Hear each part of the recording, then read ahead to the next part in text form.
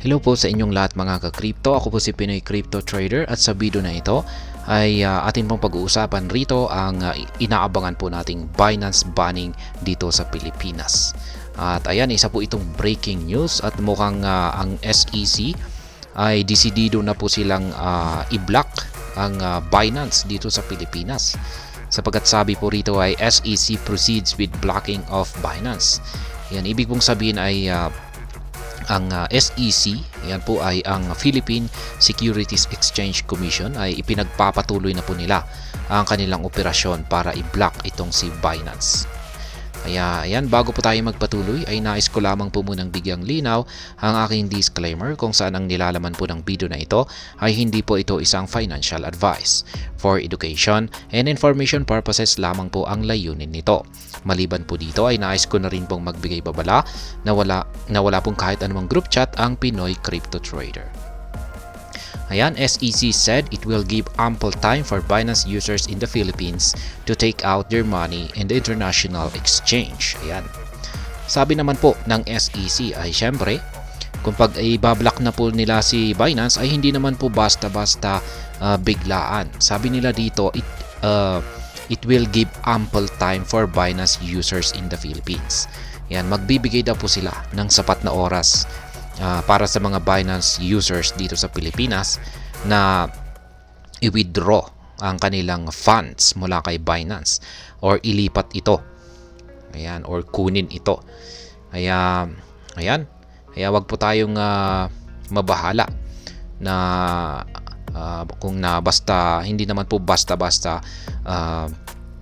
iba-block lang ni SEC itong si Binance. Yan, bibigyan po tayo ng sapat na oras para mag-withdraw. Kaya ayan, the Securities and Exchange Commission has proceeded with the blocking of the online presence of the cryptocurrency giant Binance in the Philippines. Kaya ayan, kung pag i-block po nila ito ay hindi na po natin ma-access itong si Binance. Ayan, syempre magagawa nila ito sa tulong ng NTC. Yan, kung napanood po ninyo yung nakalipas na balita, itong si NTC ay nagawa na po nitong i-block ang MyTrade, ayan, at saka si ayan, sino ba yung isa? Nakalimutan ko na yung isa. Pero ayan, nandito po yan, mamaya malalaman natin. Kaya ganyan po ang mangyayari kay Binance. Yun nga lang, ang problema po rito ay hindi po sila naglabas ng saktong petsa kung kailan po nila tuluyang or permanently block itong si Binance dito sa Pilipinas. Wala pa pong scheduled date. Kaya hindi natin alam kung malapit na po ang katapusan ng buwan ng Marso. Yan, inaasahan po natin na nung February po sana dapat mabablock itong si Binance, pero nagkaroon po ng extension yung kanyang banning. Ayan, kasi nga napalitan yung chairman ng SEC natin dito sa Pilipinas.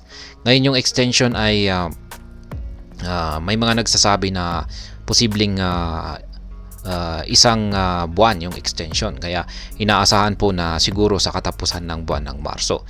Pero yan, wala naman pong ibinigay na saktong petsa ang SEC kung kailan ulit yung scheduled na banning ni Binance.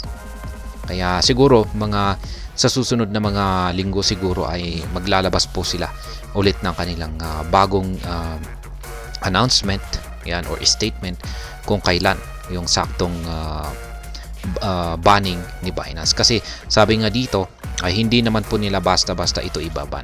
Magbibigay po sila ng sapat na oras para sa mga Binance users dito sa Pilipinas para kunin ang kanilang pera. In its March 12 meeting, the Commission and Bank approved the filing of the formal request with the National Telecommunications Commission for assistance in blocking the website and other web pages used by Binance, which was found to have offered an investment and trading platform without the necessary license from the Commission. Kaya ayan, tumutulong po itong si National Telecommunications Commission or si NTC Yan, sa pagbablock ng mga website at saka mga web pages ni Binance.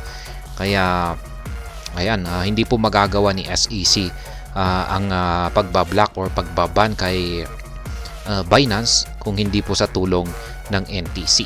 Ayan, National Telecommunications Commission. The SEC has identified aforementioned platform and concluded that the public's continued access to these websites or apps poses a threat to the security of the funds of investing Filipinos. Kaya yan. Ayon po kay SEC ay kanila pong napag-alaman daw na ang paggamit daw po dito kay Binance ng publiko or mga Filipino users, yan, ay ito raw po ay nagdudulot ng threat or may parang nalalagay po sa kapahamakan yung mga pondo, yan, or pera ng mga Pilipinong nag-i-invest dito kay Binance. Ayan, yan po ang ayon po dito sa statement na inilabas ng SEC kung bakit nila ibaban itong si Binance. Binance, however, has not secured from the SEC a license. Ayan. Siyempre, itong si Binance ay wala po kasi siyang lisensya. Kaya yun naman po talaga yung habol rito ng SEC dito kay Binance. Wala siyang license to operate dito sa Pilipinas. Yan. Pero kung pagbabalikan po kasi natin yung mga nakaraan, itong si Binance ay sinubukan po talaga niyang kumuha ng license. Pero mukhang parang sadyang inipit lamang po kasi talaga siya.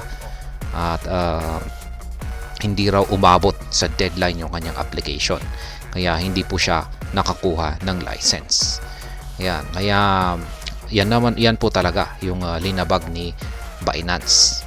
Yan dito. Wala po siyang license to operate dito sa Pilipinas. Kaya yan po talaga ang habol ni SEC. Yan. Pero pagdating po sa mga yung pagdating po sa dahilan dito ni SEC na ito ay nagpo-post ng threat yan sa mga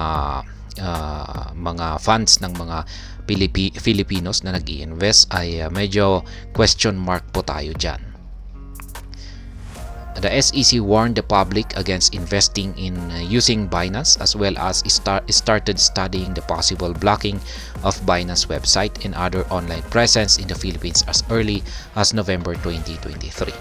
Kaya yan pa, noong nag-umpisa pa nung November 2023 yung inilabas na babala ng SEC. Yan, para sa mga nag-i-invest, mga Filipinos na nag-i-invest or gumagamit ng Binance. The SEC has been actively working with the NTC to block websites illegally offering investments in the country. In February, the NTC ordered all internet service providers to block the websites and apps of OctaFX and MyTrade for the protection of the investing public upon the Commission's request. Ayan po pala yung isa si OctaFX at saka si MyTrade. Yan, ito po yung blinak nila nitong nakalipas na buwan. Ayan, buwan po ng February. Yan, blinak na po ito ng NTC. Yan, yung kanilang ginawa ay nag-utos po sila. Inutusan po lahat nila ng mga internet service providers na i-block po nila ang mga websites at saka applications ni OctaFX at saka MyTrade. Kaya yan, sample lamang po ito.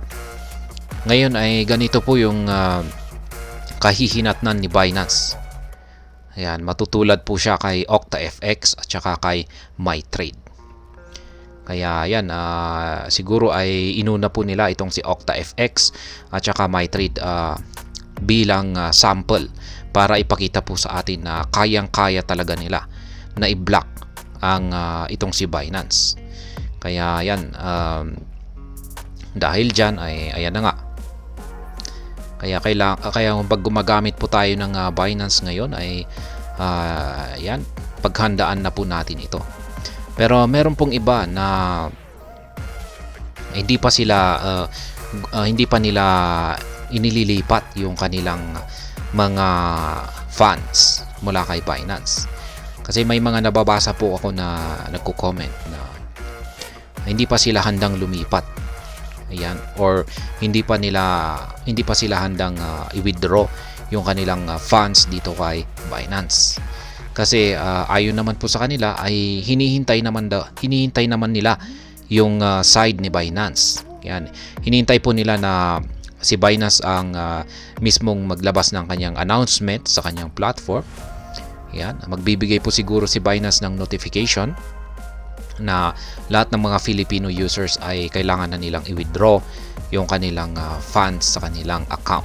Kaya yan naman po yung hinihintay ng ibang mga Filipino na users dito kay Binance. Kaya hanggang ngayon ay wala pa ngang inilalabas na pahayag or statement ang Binance. Hanggang ngayon ay tahimik siya. Parang wala siyang pakialam. Yan, pero ngayon itong si SEC ay ayan na nga. Siya po talaga yung naglalabas ng warning. Ayan. Kaya siguro parang si Binance ay wala po yata siyang pakialam. Pero si SEC ay ayan, todo-todo po yung pagbibigay niya ng warning. Kaya ayan, abangan na lamang po natin ulit. Kasi sa tingin ko may kasunod pa na may kasunod pa ito, yung statement na SEC na ito. Yan, lalong-lalo na yung kung kailan po yung saktong petsa nila ibablock or tuluyang ibablock itong si Binance. Pero ayan yung aking pagdating naman po sa aking pinakapayo rito ay mas maganda na ayan mas maaga ay lumipat na po tayo dito kay Binance. Yan, kunin na po natin yung ating mga funds dito. Ayan, kasi magbibigay lamang po kasi ito ng isang abala. Malaking abala sa ating pagtitrade. Ayan. Kasi kung hindi pa tayo nakakahanap ng iba na pwedeng malipatan, yan, ay syempre ito po ay magdudulot lamang ng abala sa atin at masasayang lamang po yung ating oras. Kaya habang maaga pa ay at least nakapaghanda na po tayo. Kaya ayan, kasi mukhang talagang wala na po yatang lusot itong si Binance dito sa kamay, dito sa mahigpit na kamay ng SEC. Kaya ayan, hanggang dito na lamang po tayo sa video na ito. Sana po ay inyong nagustuhan ang aking paliwanag sa video na ito. Kung inyo po itong nagustuhan, pag-click lamang po ang like button ito. Para naman po sa mga bago lamang dito, kayo po ay aking inaanyayahan para mag-subscribe.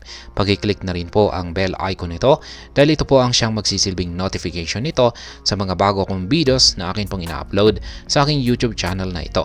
Marami pong salamat sa panonood. Ingat po tayo lagi at God bless po sa ating lahat.